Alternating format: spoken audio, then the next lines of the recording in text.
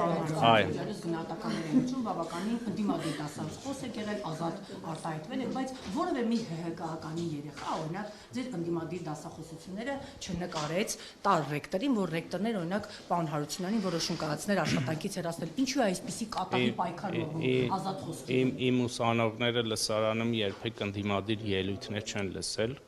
կամ որակումներ չեն լսել, իմ դասախոսությունները լսարանում եղել են բացառապես այն դասախոսությունների շրջանակներում, որոնք եղել են։ Եվ ես չգիտեմ ինչի մասին է խոսքը, հարցը ես չգիտեմ ինչ Նարեկ ջան, ես չգիտեմ ինչի մասին է խոսքը, հարցը տրվեց ինձ հետ կապված, ես պատասխանեցի։ Եվ ներողություն, եւ միաժամանակ կարող եմ ասել, որ սոցիալական ցանցերի այս զարգացվածության պայմաններում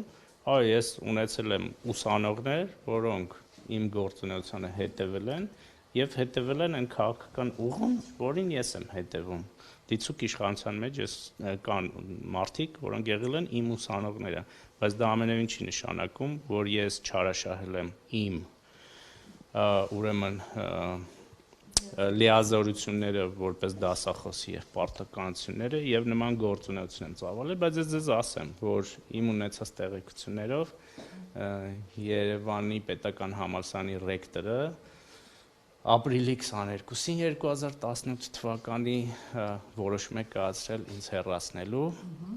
բայց ապրիլի 23-ին հեղափոխության օրերն էր, ապրիլի 23-ին այդ հրամանը անհետացել է։ Մինչև էդ էլ եղել են փորձեր ճնշելու, սահմանափակելու, բայց ես կարծում եմ, որ նույն ԵՊՀ ղեկավարությունը շատ լուրջ մտահոգություններ է ունեցել, որ հնարավոր սահմանափակման դեպքում, ես փաստերի մասին եմ խոսում, եւ հնարավոր սահմանափակման դեպքում ես ասում եմ, ես ունեմ տեղեկություններ, ես չեմ ասում այդ մարդը այդպիսի բան է արել,